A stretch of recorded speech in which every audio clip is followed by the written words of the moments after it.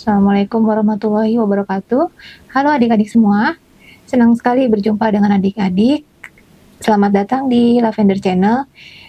Hari ini dengan Kak Arin kita akan belajar kembali bahasa Inggris. Selamat mengikuti, semoga kalian semangat.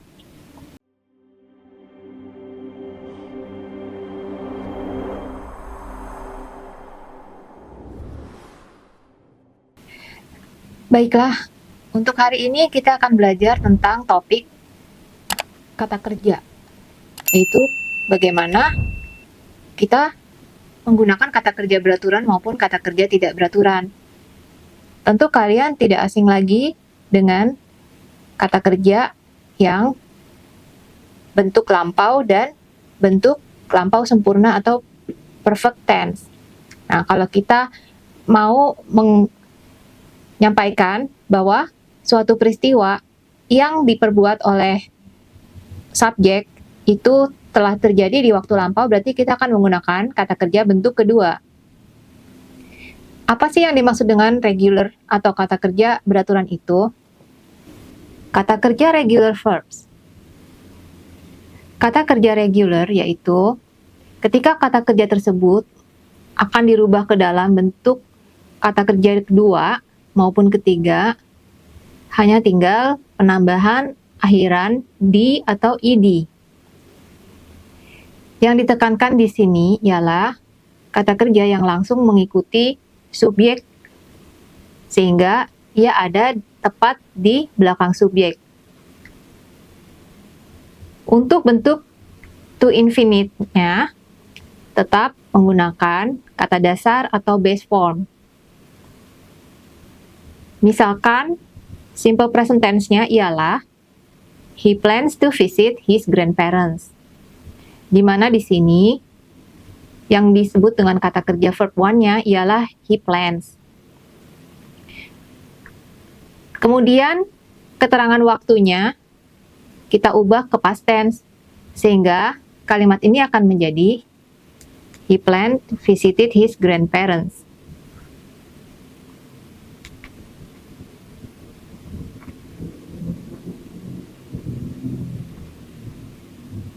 Bedakan dengan ketika rencana tersebut terjadi di saat ini, he plans visiting his grandparents, dan he planned to visit his grandparents next year. Contoh kedua, dengan kata exercises. I need to go to do some exercise more regularly. I need going some exercise more regularly.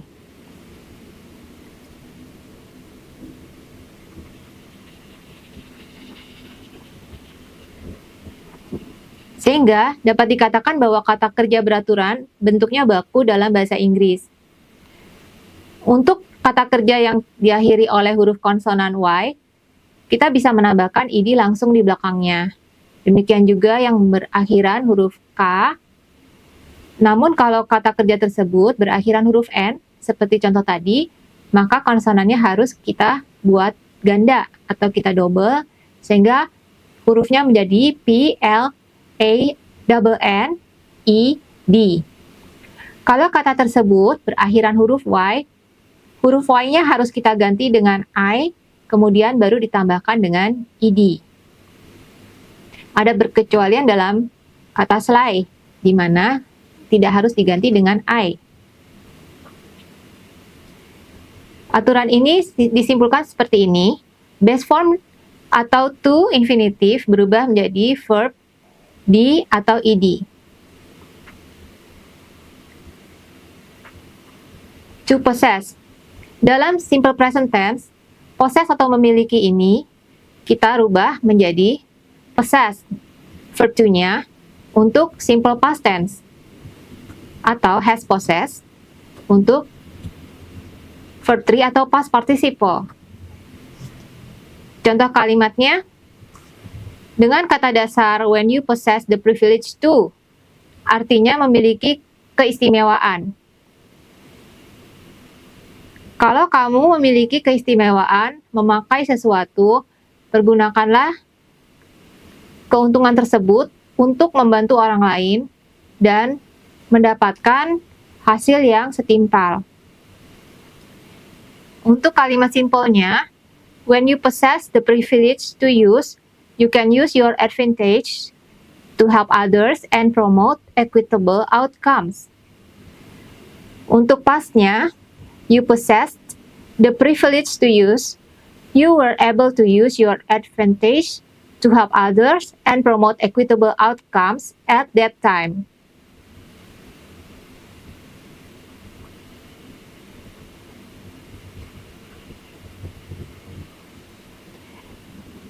Berikut ini adalah beberapa contoh kata kerja, di mana yang kita bisa kategorikan sebagai kata kerja beraturan ya. Seperti tadi telah kita singgung sedikit bahwa kata kerja beraturannya biasanya ada akhiran huruf K. Contohnya adalah talk, wink, cook, look. Sejumlah arti untuk lean atau rebah, bersandar, assure, convince, wipe, smile, whisper, walk, whisk, book,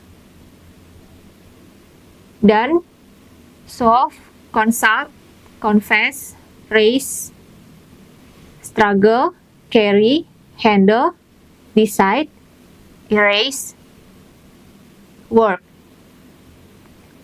Untuk artinya, misalkan wink berkedip, solve memecahkan, confess mengakui, consult berkonsultasi, compose menyusun, pass melalui, lulus, lie berbohong, cry menangis, laugh tertawa, play bermain, listen mendengarkan, study, raise mengangkat, satisfy puas, wish berharap.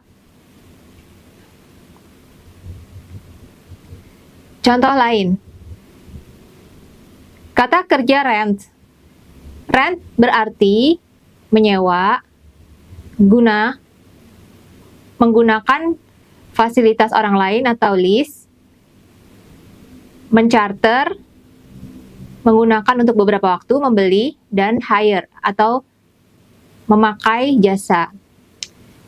Terdapat beberapa kata yang artinya sama dengan kata rent ini, yaitu hire, charter, buy, hire on. Contoh kalimatnya ya. Anto had rented a snowboard. I rent locker by a month. I rent out a gas bed. Maknanya, Anto telah menyewa papan seluncur. Saya menyewa loker untuk 1 bulan. Saya menyewakan tempat tidur untuk tamu. Contoh lain pada kata accept atau menerima. My sister has accept you. Bentuk dasarnya adalah accept. Bentuk lampau verb 2 atau dan verb 3 adalah accepted. Hal ini bisa dibuat ke dalam contoh kalimat lain adalah pilihan. Seperti my sister has chose you. Has chose you. My sister has chosen you. Atau bisa juga dibuat dalam kalimat pasif. Passive voice-nya adalah you're the chosen one. Atau I had to accept between the two, verb 1. Nah, untuk kata kerja beraturan atau regular verbs ini, perubahannya menambahkan huruf D untuk kata dari bentuk infinitifnya, sesuai dengan time signalnya. Oke.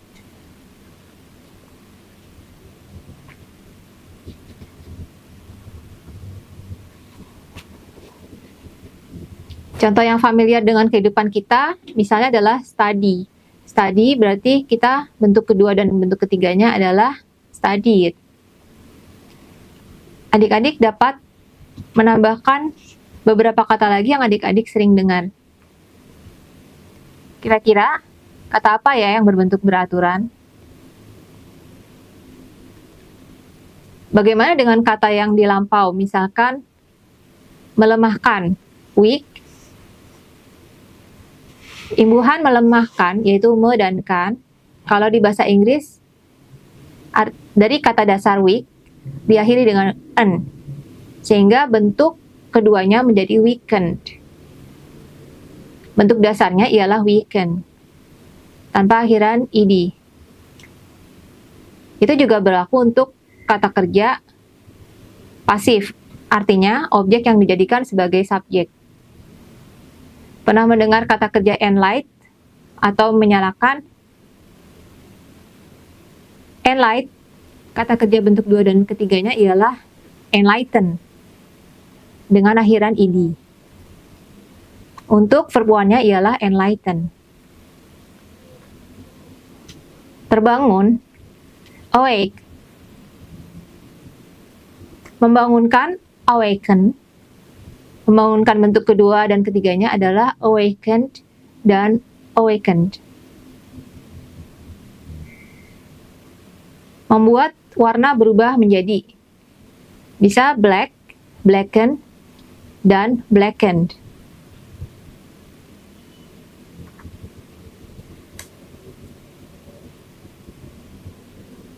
Ada tips untuk membuat kata-kata kerja ini terbedakan dengan kata kerja bentuk 2 dan 3.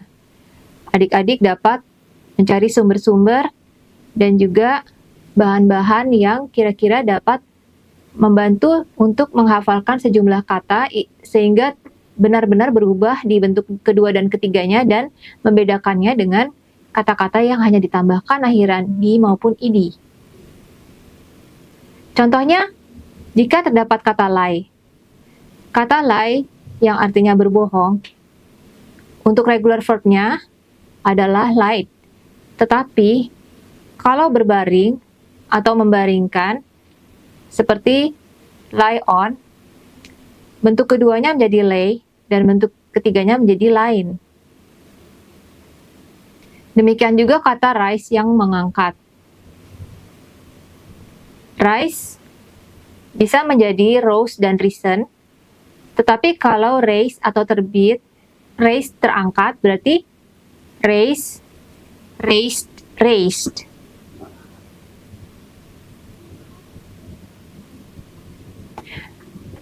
Adik-adik coba rubah kata pray, berdoa. Berarti bentuk kedua dan ketiganya adalah prayed dan prayed. Adik-adik coba berubah kata recite atau melafalkan bahasa dalam aksara.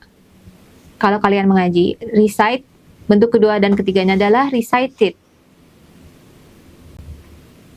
Mengingatkan, remind, bentuk kedua dan ketiganya reminded, walaupun sudah diakhiri dengan huruf D.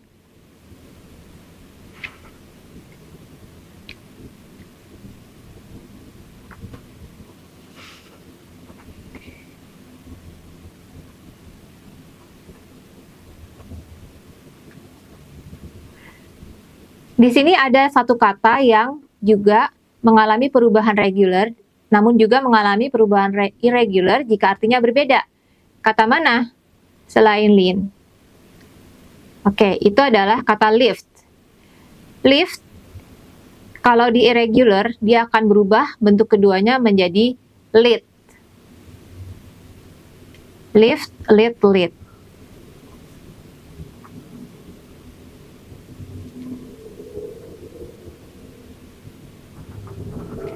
Kak, kenapa ada kata assure ya? Karena kata sure merupakan kata adjektif.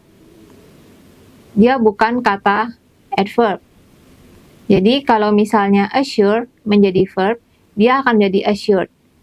Demikian juga kata seperti wait, life, life yang menggunakan huruf V, bid, abid, itu akan dapat ditambahkan akhiran di belakangnya.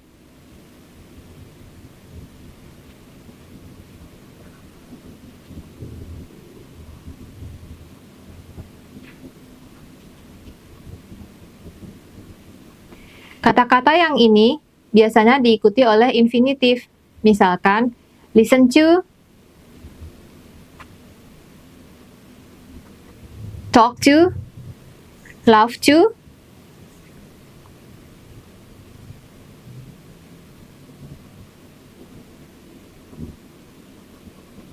smile to, tapi smile to dan talk to menggunakan objek, sedangkan listen to dan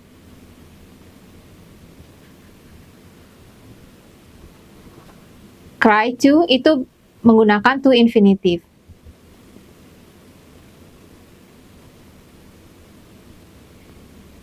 Oke, untuk choose dan chosen tadi menggunakan kata kerja verb 2 dan verb 3 yang irregular. Baiklah, jadi kesimpulannya hari ini untuk kata kerja beraturan adalah bentuk dasar dari kata kerja yang tanpa merubah huruf maupun susunan atau bahkan 3 perubahan menggunakan satu kata. Contohnya, fit, fit, fit. Kita akan membahas lebih detail nanti pada bagian irregular. Sekian untuk materi regular verb. Semoga adik-adik dapat terbantu dengan penjelasan kali ini. Selamat belajar. Wassalamualaikum warahmatullahi wabarakatuh. Terima kasih.